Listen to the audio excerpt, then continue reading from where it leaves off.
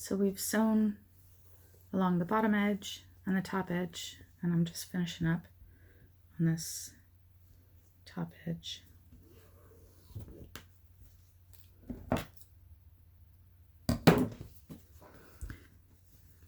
So you can see we've got the cut pieces here on that center seam, and the center seam here where we've top stitched, so it's reinforced. The edges have been folded over and stitched there on the inside liner. We've matched up the edges and sewn along the bottom edge and on the top edge. Now before we flip it inside out, that same way that we cut along the curve on this with the 1/2 inch, you're going to do along the peak part, which is the nose. You're going to cut every 1/2 inch, but you're not going to go all the way to the sides here. You're going to go about a 1/2 inch from that. So you're going to keep this part solid, and you're going to cut every 1/2 inch just to the seam line, not all the way to it.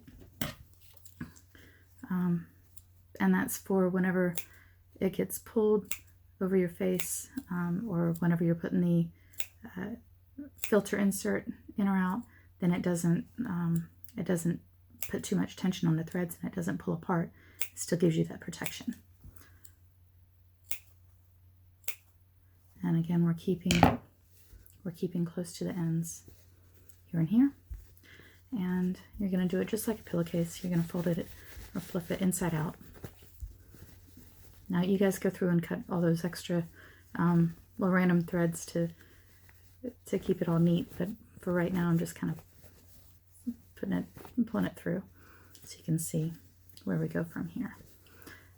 So now we have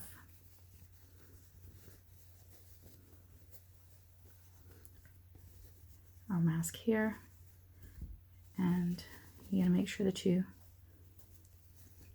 go all the way to the edges with this. And what I do is I will press it. I will take it back out, and I will iron along the bottom edges and the top edge where the materials meet. You don't necessarily have to do that, but as you can see, it's smooth on the inside here and the outside there. And our side pieces, we're going to fold in. See, it's got the rough edge. We're going to fold this in and fold this in here. Then we're going to fold it over a bit there, and then fold it over to that 1/2 inch mark, like so. I will pin it because that is way easier for me to be able to do here. And then we're going to take and we're going to stitch on this inside here. Let's see if I can get. We're going to stitch. So we folded over the top and the bottom, and then we rolled it.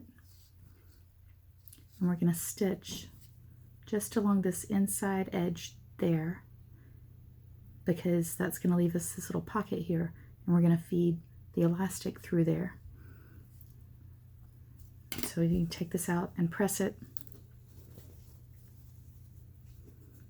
fold over your outside edges here, bring this over, and then fold it over again. And as you can see, like on this one, it doesn't quite line up the same. The other one is lined up nicely. On this one, my measurements were off just a little bit, and that's okay.